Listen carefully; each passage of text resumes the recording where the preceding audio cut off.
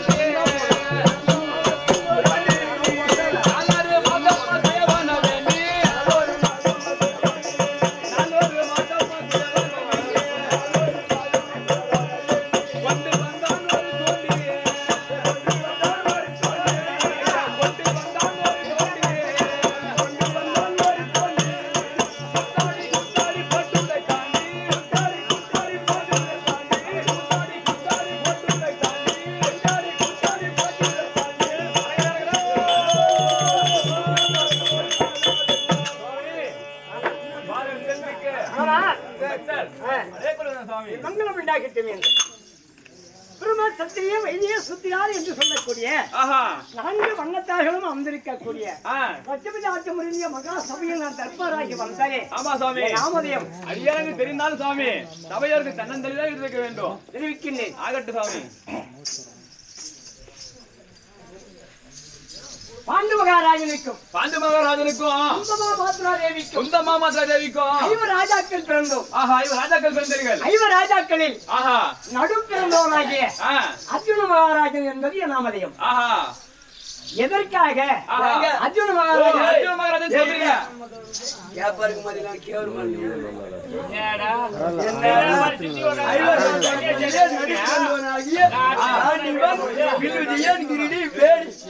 எப்பேற்பட்ட பல நாமதேயம் படித்த அப்பேற்பட்ட ஆளு அவர் எவ்வளவு அழகு படித்தவர்.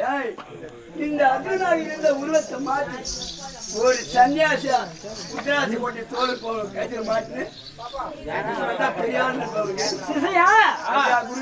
அர்ஜுன மகாராஜன் என்று இருக்கின்றாயே, இந்த தவமேடம் உனக்கு எப்படி வந்தது? உனக்கு யாரோ நேர்ந்தது? எப்படி உனக்கு தவமேடம் வந்தது என்று கேட்கின்றாய்?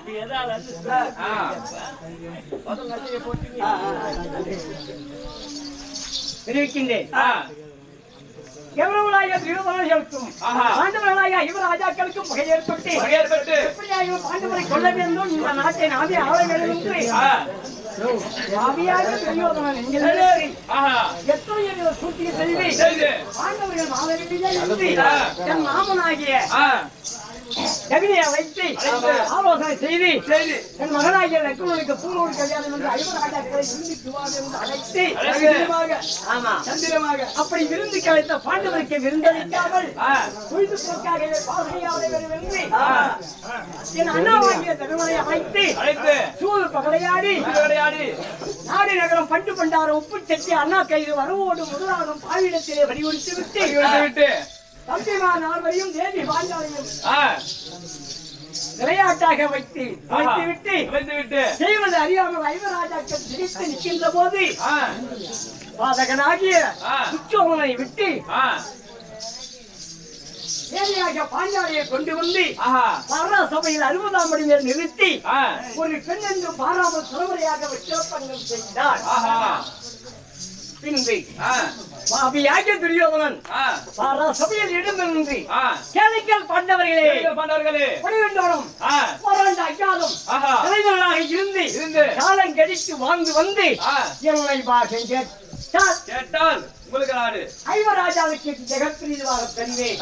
இல்லை என்றால் ஊசிமுனை நாட்டுவதற்கு பாகம் கிடையாது என்று பாதி சொல்லி எங்களை வனவாசம் ஓட்டி விட்டார். 5 ராஜாக்களும் தேவி பாஞ்சாலியும் ஜெயகன்றி ஆர்யமான வனத்துக்கு வந்து விட்டார்கள். முதல் சூரிய வனத்தில் ஒரு வருடம் வாழ்ந்தோம். 2வது ராமரிஷி வனத்தில் வாழ்ந்தோம். 3வது முருகமகாரிஷி வனத்தில் வாழ்ந்தோம். 4வது காமமகாரிஷி வாழ்ந்தோம். 5வது ஜெயந்தமகாரிஷி வனத்தில் வாழ்ந்தோம். 6வது காமதேனி வனத்தில் வாழ்ந்தோம். 7வது சந்திரபுரத்தில் வாழ்ந்தோம். 8வது குருவரகாரிஷி வனத்தில் வாழ்ந்தோம். இப்போது 9வது வனத்தில் வந்திருக்கிறோம். இந்த 9வது வனத்தில் ரோமரிஷி மகாமுனிவர் எடுத்து இத்தனையும் சொல்லி அடைக்கலம் கேட்டீர்கள். அண்ணாவாகிய தருவதற்கு ஆறுதல் கூறிய ரோமரிஷியானவர் மன வருத்தம் அடைந்து கேளுங்கள் பாண்டவர்களே, உங்களுக்கு நல்ல ஒரு உபாயம் சொல்லுகிறேன். 5 ஒருவர் கைலாயம் சென்று முக்கந்தாரியாக பரமக்கடவுளை கண்டு தமம் செய்து ஈசனிடத்தில் இருக்கக்கூடிய பாசுபத கரையை பெற்று வந்தால் பகையாளியாகிய பங்காளியை வெல்லலாம், நாடாளலாம் 5 ராஜாக்கள் என்று ரோமரிஷி மகாமுனிவர் விட்டு தன் இலட்சணம் சென்றார். உடனே எங்கள் தாத்தாவாகிய தேவவியாசனை அழைத்து தாத்தா யாரு தமத்திற்கு செல்ல வேண்டும் என்று ஆலோசனை கேட்ட போது பாண்டவர்களே அம்மா பாண்டவனி 5 ராஜாக்களில் இருக்கு பொறுப்பானவன் யார் என்று கேட்டால் அர்ஜுனன் தான். தமத்திற்கு செல்ல வேண்டும் என்று வேதவியாசர் மந்திரத்தை உச்சரித்து கொடுத்து விட்டு தன் இலட்சணம் சென்றார். உடனே எங்கள் மாமாவாகிய மாயக்கண்ணனை அழைத்து மாமா நாங்கள் 5 ராஜாக்களில் ஒருவர் தவத்துக்கு செல்ல வேண்டும், நீ என்ன கூறுகிறாய் என்று கேட்ட உடனே ஆலோசனை கேட்ட உடனே மாமாவாகிய கண்ணன் இந்த பரந்தாமன் பஞ்சபாண்டவரை காப்பாற்ற பிறந்தவன். யார் வருவா நீங்க போங்க, தவம் செய்யுங்க, உங்களுக்கு நான் உறுதுணையாக இருக்கிறேன் என்று கட்டளையிட்டார். ஆமா, அதை திறனில் கொண்டு இந்த அர்ஜுனனுக்கு இந்த தவை வேடம் வந்தது. இது எப்படி அலங்கரிக்க வேண்டும், எப்படி நான் கைலாயங்களில் செல்ல வேண்டும், பரமசவனை எப்படி நான் சந்திக்க வேண்டும், அதற்கு உரிய பொருள்கள் என்னென்ன வேண்டும் அனைத்தையும் நான் சேகரம் செய்ய வேண்டும். தவை வேடம் கொள்ள வேண்டும். எப்படி பத்தியா மெய்யங்கா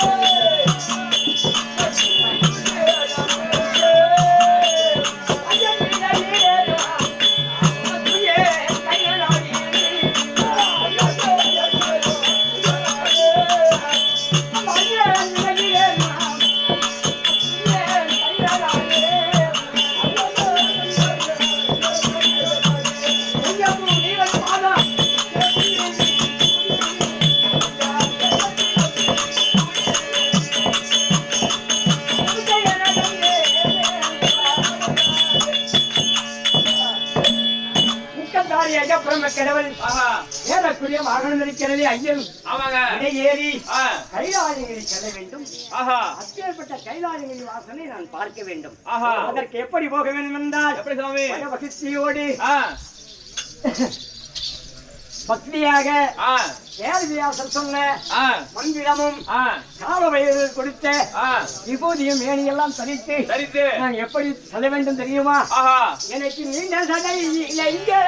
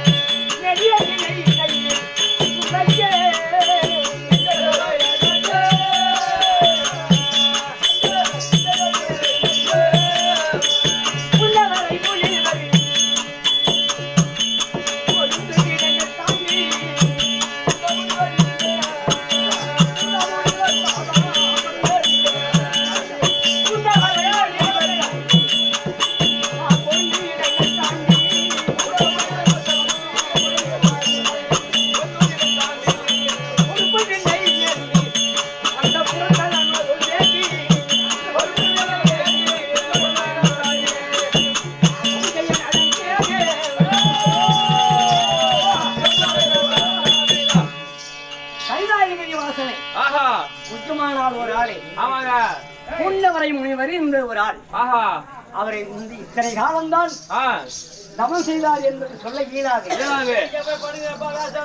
அவர்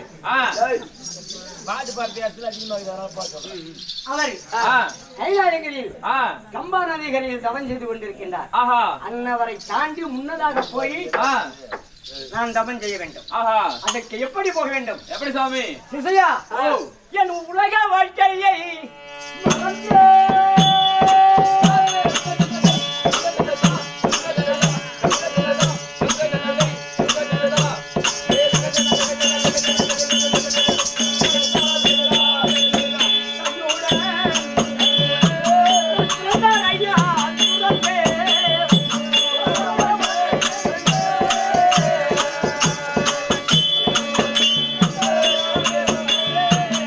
உலக வாழ்க்கையை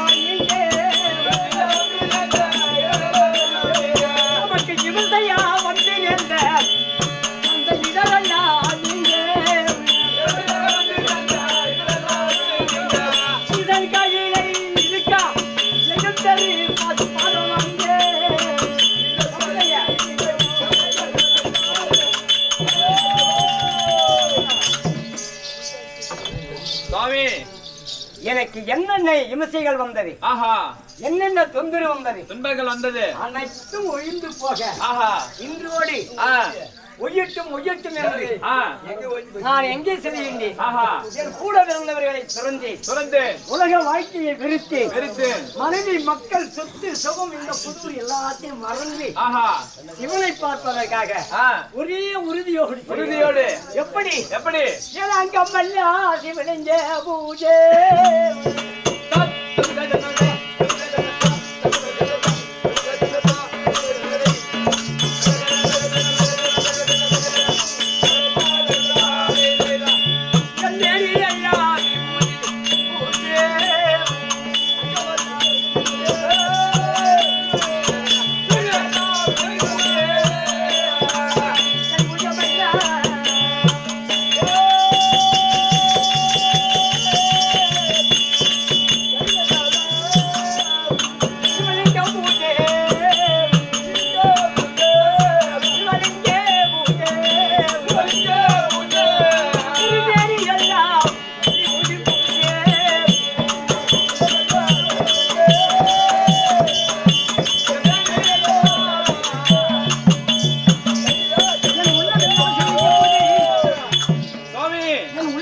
சிவலிங்க பூஜை என் உடம்பெல்லாம் திருநீர் பூசை, என் அங்கமெல்லாம் சிவலிங்க பூஜை, சிவலிங்க பூஜை, அழகெல்லாம் மேனி எல்லாம் விபூதி பூசி, அரோகரா அரோகரா அரோகரா சிவனே என்று அவனை நோக்கி நான் தவம் செய்ய போகின்றேன்.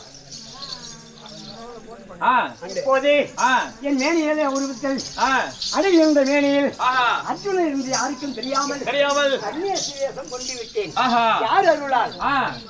காலவீர அருளால் எனக்கு சன்னியாசி வேஷம் வந்துவிட்டது. நான் இப்போது யாரை சந்திக்க வேண்டும்? யாரை சந்திக்க வேண்டும்?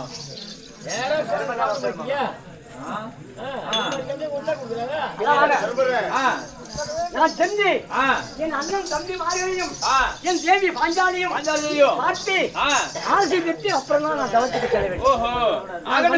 நான் வந்திருக்கிறதாக சொல்லுவோம். ஆகட்டும் மகாராஜா, கொண்டு தம்பி அர்ஜுனராஜன் தன் உருவத்தை மாற்றி சன்னியாசி வேடம் உண்டு வந்திருக்கிறார். ஆகட்டும் மகாராஜா.